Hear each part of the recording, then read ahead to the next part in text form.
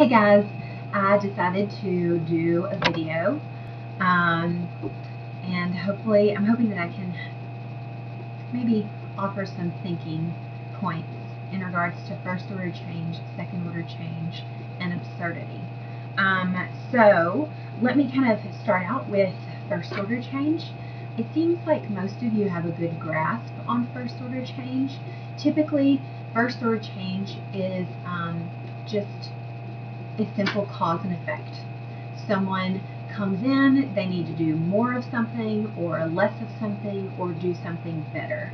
And so you help them do more of something, less of something, or something better. If someone comes in with anxiety and they're having panic attacks, then you would help them, maybe teach them breathing exercises or relaxation exercises so that they can successfully interact with whatever situation they find themselves in when they're having some sort of attack. This would be first order change. If you offer a solution to the problem, that means that the problem has to maintain itself.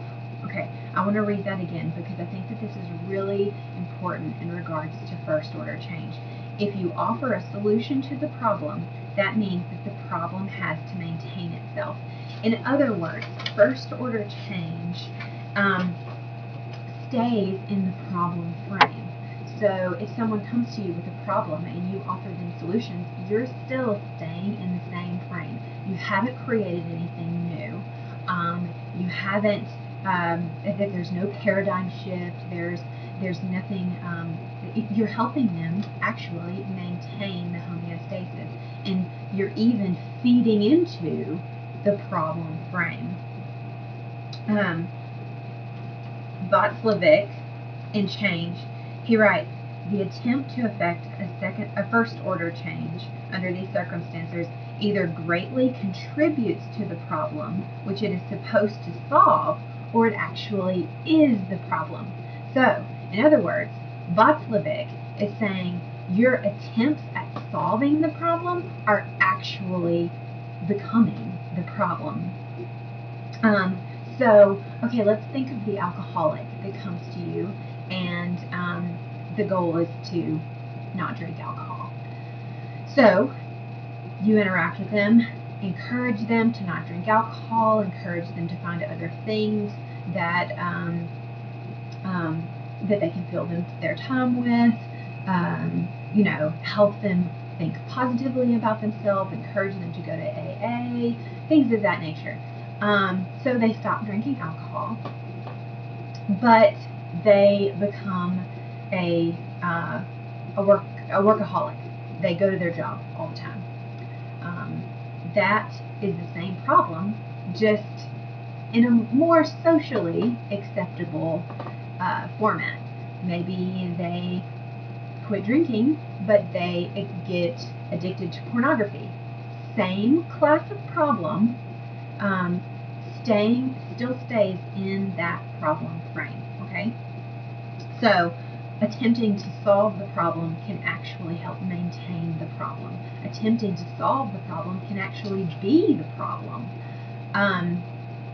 Adam, I think you had a really great point about that. I think that you mentioned this in regards to therapy, how therapy can help people maintain the thing that's wrong with them, or even, I can't remember, it was maybe last week or the week before, insurance and Medicaid.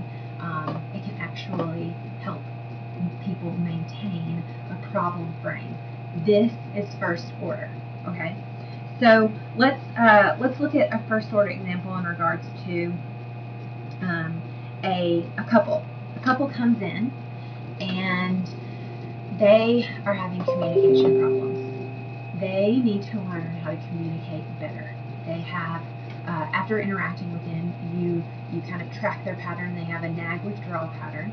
So if you were attempting to effect first order change, you would teach them how to be empathetic toward the other person. You would teach them listening skills. You would encourage them to take turns. You would understand, or you would help them try to communicate responses to one another that communicate that they understand the other person or where the other person is coming from, and so on and so forth. This is first order change. And it feeds into the problem frame. Keeney writes about this, and he says that their attempts will organize the problem either as part of a process of self-correction or runaway and oscillation. I'm on page 162. And eventually, skip down a little bit, he says, the escalating pattern is eventually calibrated by higher order feedback. We're homeostatic systems. Relationships are homeostatic systems. They're going to go back. They're going to oscillate. They're going to run away, and then eventually they're going to self-correct. Okay, but the self-correction is by higher order feedback. So let's go back to that couple that has a nag withdraw pattern that needs to work on their communication problems. Well, that couple is going to get better by having a higher order feedback to self-correct the system. So higher order feedback may be one of them gets sick and the other one has to take care of them. They have a child. They travel together. They cook something in the kitchen together. This changes the set of alternatives. I'm on page 165. The avenue to therapeutic change is initiating an alternative form of higher order self-corrective feedback. This alternative self-corrective change attempts to generate a more adaptive way of maintaining the whole organization of the system. Now, this is second order change.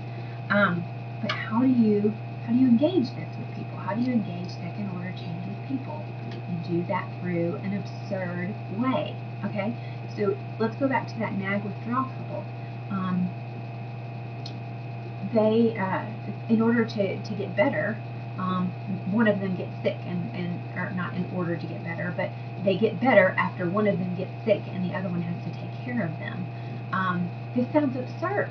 This sounds really illogical. This is doesn't make sense. This isn't what they're coming in. They're coming in for communication problems. But the thing is, we are self-corrective systems. Inserting something absurd into their pattern makes the set of alternatives change. It means that the choices that they make to mutually influence one another change. They have to change because they're in a different set of circumstances.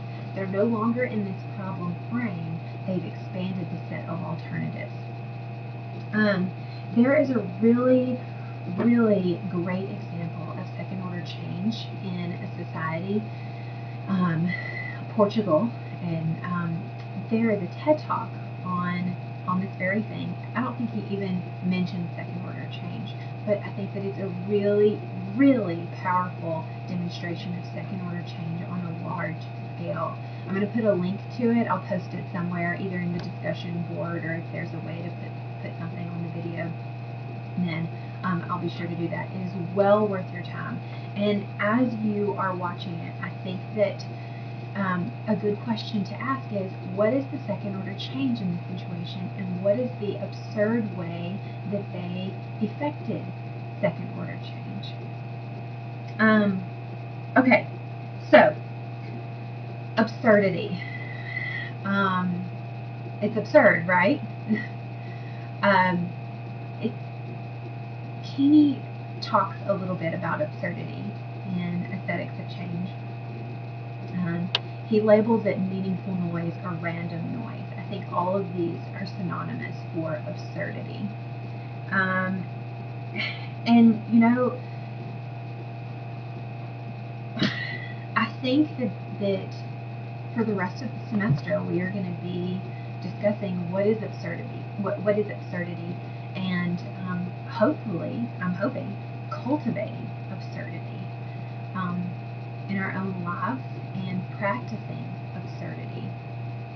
I think this is the part that's really, really exciting to me, because in order to affect change or second order change in someone else, we need to be able to interact with their patterns but interject something that's a little crazy in there. And we can't interject something crazy if we're not willing to be crazy ourselves. We'll kind of continue to hopefully foster this mentality throughout the rest of the semester in regards to our readings with Whitaker and even more Keeney. So I'm hoping that this begins to make a little bit more sense, and hopefully it becomes a little bit more pragmatic. Daniel, you said something that I really, really like. I think it was this past week. You said I've learned to have a reverence for my own impulses at absurdity. And I just really, really like that. I think that in order to make something meaningful to the client, it needs to be meaningful to ourselves. So the couple that comes in to work on their communication, interjecting something absurd into their pattern that connects with both me and them in a meaningful way is difficult. But I hope that throughout the rest of the semester we'll be able to get a better grasp of that, and hopefully you'll have the courage to go out and try it yourselves. If you have any questions, let me know.